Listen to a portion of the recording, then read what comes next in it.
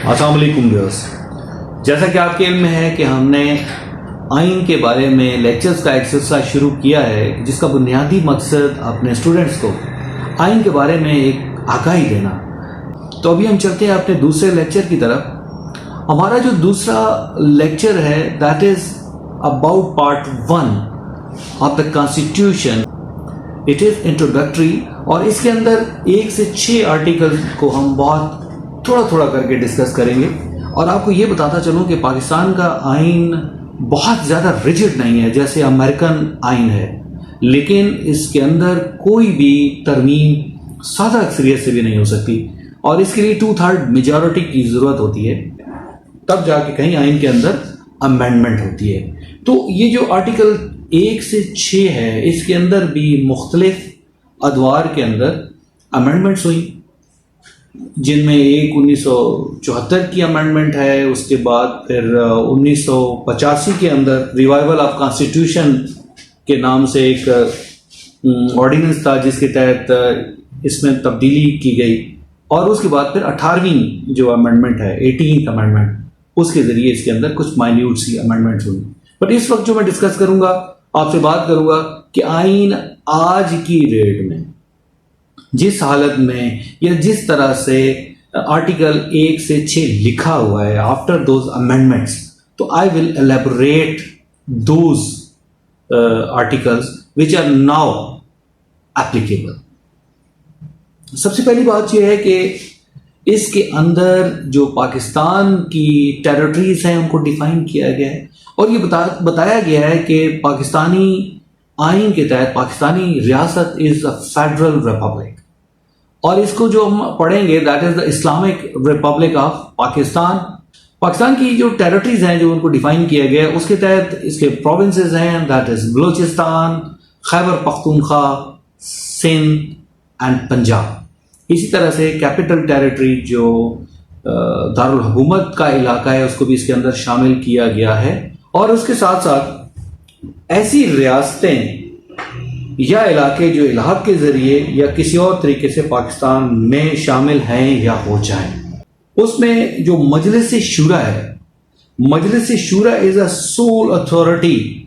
کہ وہ قانون سازی کریں اور قانون سازی کے ذریعے وفاق میں نئی ریاستوں یا علاقوں کو اپنی قیود و شرائط پر داخل کرے جیسے وہ مناسب سمجھے۔ اسی طرح سے پاکستان کا جو مذہب ہوگا وہ اسلام ہوگا، اور اسی سلسلے میں قرارداد مقاصد کو باقاعدہ طور پر آئین پاکستان 1973 کا حصہ بنا دیا گیا۔ اب ہم آگے چلتے ہیں۔ اس کا جو آرٹیکل 3 ہے وہ ہے استحصال کے خاتمے کے بارے میں۔ تو اس کے تحت مملکت استحصال کی تمام اقسام کے خاتمہ اور اس بنیادی اصول کی تدریجی تکمیل کو یقینی بنائے گی کہ ہر کسی سے اس کی اہلیت کے مطابق کام لیا جائے اور ہر کسی کو اس کے کام کے مطابق معاوضہ دیا جائے۔ اس کو اگر میں ایلیبوریٹ کروں تو بات کچھ یوں بنتی ہے کہ کوئی بھی شخص اس کو اس کی اہلیت سے اگر زیادہ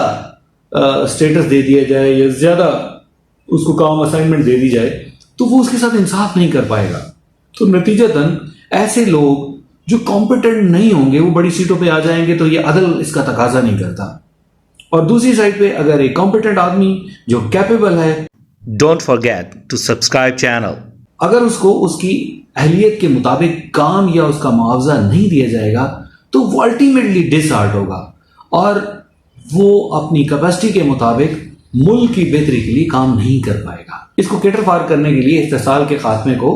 آئین کے اندر شامل کیا گیا ہے۔ آئین کے آرٹیکل 4(1) کے مطابق ہر شہری خواہ کہیں بھی ہو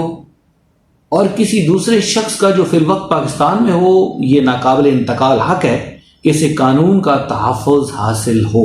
اور اس کے ساتھ قانون کے مطابق سلوک کیا جائے۔ خصوصاً کوئی ایسی کارروائی نہ کی جائے جو کسی شخص کی جان، آزادی، جسم، شہرت یا املاک کے لیے مضر ہو، سوائے جب کہ قانون اس کی اجازت دے۔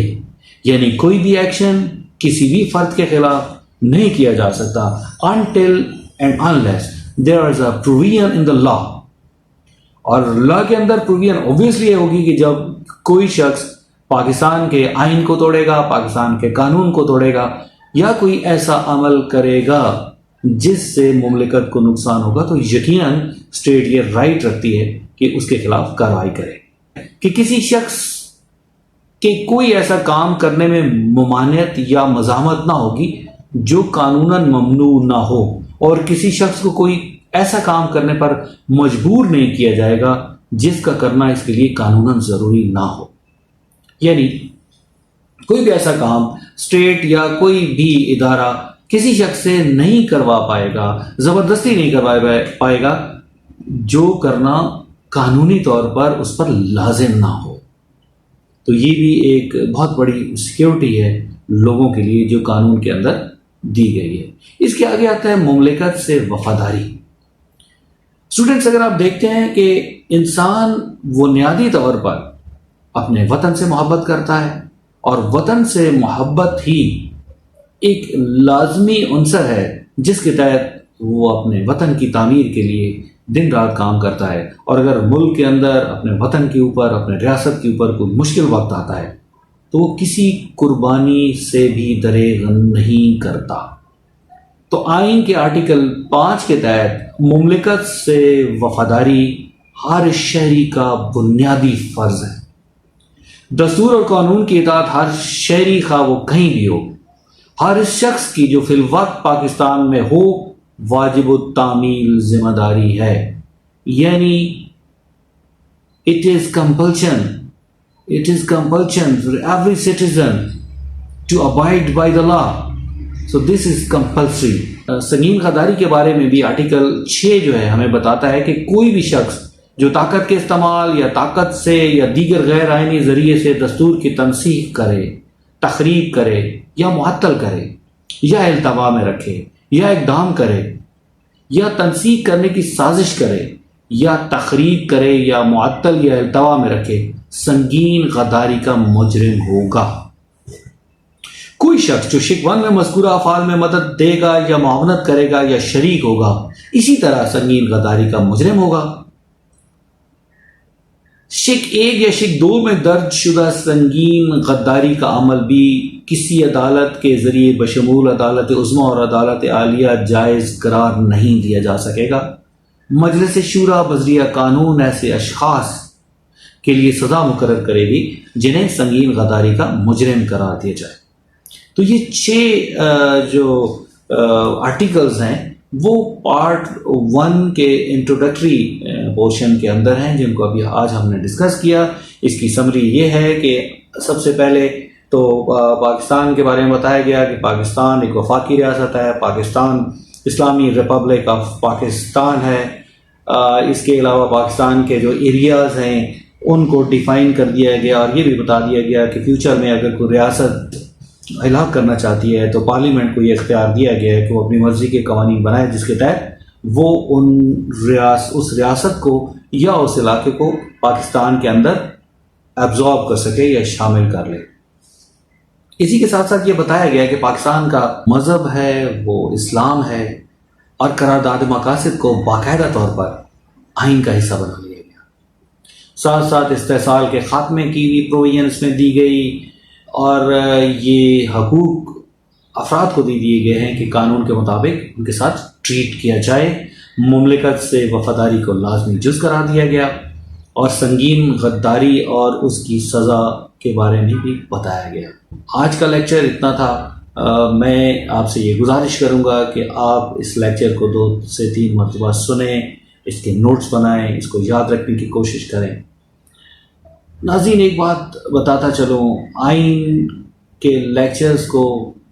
آپ کے سامنے پیش کرنے کا بنیادی مقصد یہ ہے کہ ہمارے ہر نوجوان کو، ہمارے ہر فرد کو اپنے دستور کا پتہ ہو۔ اپنے دستور کا جب انسان کو پتہ ہوتا ہے تو پھر اسے پتہ ہوتا ہے کہ اس کی ذمہ داریاں کیا ہیں، اس کے اوپر کون کون سی لمیٹیشنز ہیں، اور اس کی آزادی کیا ہے۔ کیونکہ آزادیاں اس وقت تک فائدہ مند نہیں ہوتی جب تک اپنی ذمہ داریوں کا پتہ نہیں ہو، اور جب انسان کو اپنی ذمہ داریوں کا پتہ ہوتا ہے تو وہ ہر کام اس طرح سے کرتا ہے جس طرح سے اسے کرنا چاہیے، اور اس کا فائدہ اسٹیٹ کو ہوتا ہے اور اسٹیٹ یاد رکھیں زمین سے کہیں اوپر چیز نہیں ہے، اسٹیٹ زمین پہ بنتی ہے اور اس زمین پر لوگ رہتے ہیں جو ایک معاشرے کے اندر رہتے ہیں، یعنی ہر شخص ایک لڑی میں پرویا ہوا ہے، اور جب تک وہ لڑی سلامت ہے وہ شخص سلامت ہے، جب تک وہ لڑی سلامت ہے تو اس شخص کی ڈگنیٹی ہے۔ تو تنہا انسان کچھ نہیں ہوتا، اپنے معاشروں سے پہچانا جاتا ہے۔ آئیں اپنے ملک کے لیے، اپنے معاشرے کے لیے مل کر اچھا کام کریں۔ آپ کا بہت شکریہ۔